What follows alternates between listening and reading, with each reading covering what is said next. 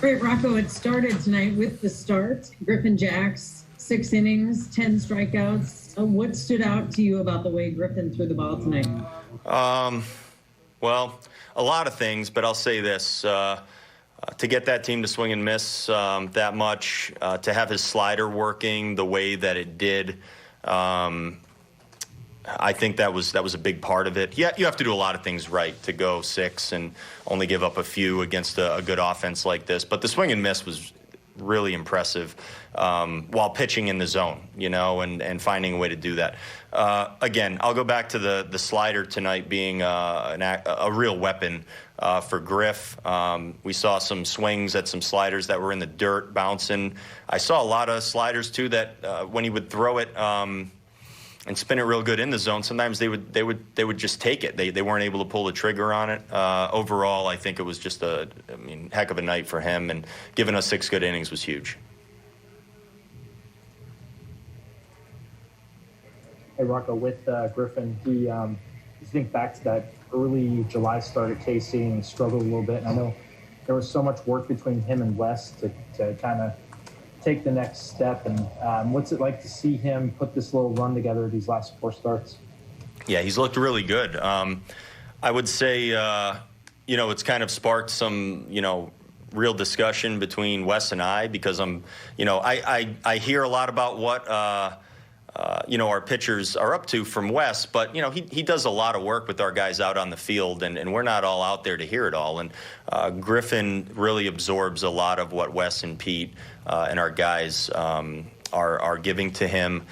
He's able to take it, process it, and then take it out there on the field in Major League Baseball games. It's not as easy as it sounds, and he's getting good results because of it. He's a worker too. He's a guy that is not afraid to put in a full day's work out in the field, the mental side of the game, the weight room. He does everything he's supposed to do. With his background, you would almost, kind of expect that and all that. But he really personifies a lot of the things that we're looking for in our guys, and he handles himself very, very well. He gets himself ready for his starts in every way. From 0 strikeouts to 10 strikeouts, is this did you see that slider or the stuff just working noticeably differently from last time, or is this just his stuff playing differently against a different lineup? Well, I'll tell you this, I always say from the side where we sit in the dugout, it's not always the best place to evaluate a guy's outing, but I can tell you that the hitters will tell you through their actions and the swings and the way all that goes that, he certainly made some adjustments.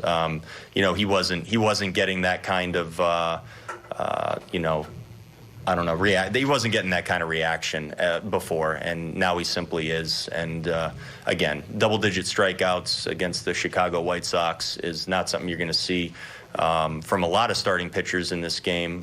They have some good approaches. We've talked about it. They're not afraid to see the ball deep. They're not afraid to use the other side of the field and things like that. And, to actually miss that many bats is impressive. Rocco, the pitch to Willens wasn't really even close to being a strike, but it doesn't really have to be to Willens, does it? No, and that's always been the case with him.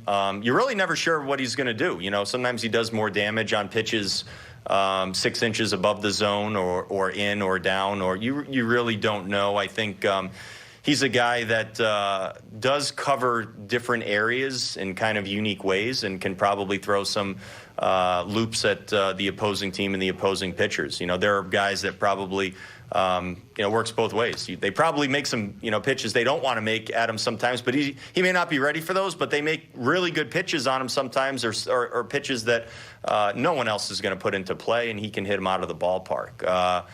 A very unique individual.